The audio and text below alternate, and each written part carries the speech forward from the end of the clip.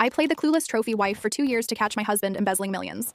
I spent 2 years playing the role of the oblivious, air-headed trophy wife, just to see what my husband and his business partners really plan to do with our life savings. And let me tell you, it cost them everything. It started when I caught my husband, Rick, laughing on the phone with his CFO about how easy it was to hide assets in a shell company because, quote, Lisa thinks an offshore account is a beach resort. I felt sick. But instead of confronting him, I decided to lean in. Hard. For the next 24 months, I played the part perfectly. I wore the pink outfits, I giggled at things that weren't funny, and I asked questions like, wait, is tax evasion the same thing as a tax refund? Rick loved it. He loved feeling like the smartest guy in the room.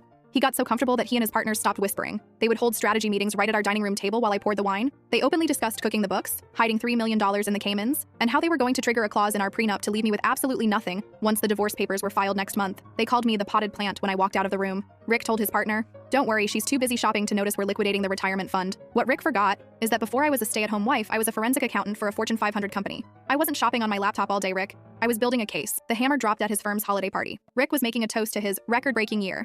I walked up to the microphone, smiled that vacuous, sweet smile I'd perfected, and said, "I have a surprise too, honey." I pulled out a folder. Not with divorce papers, but with a subpoena from the SEC and the IRS. The room went dead silent. Rick's face turned the color of ash. I looked him dead in the eye, dropped the dumb wife voice, and said clearly, "I know about the Cayman accounts, Rick. I know about the shell company in Panama. And now, so do the feds. I already handed over the hard drives. Rick is currently serving 8 years for fraud and embezzlement. And me? I got a very substantial whistleblower reward from the IRS. Turns out, playing dumb was the smartest financial move I ever made."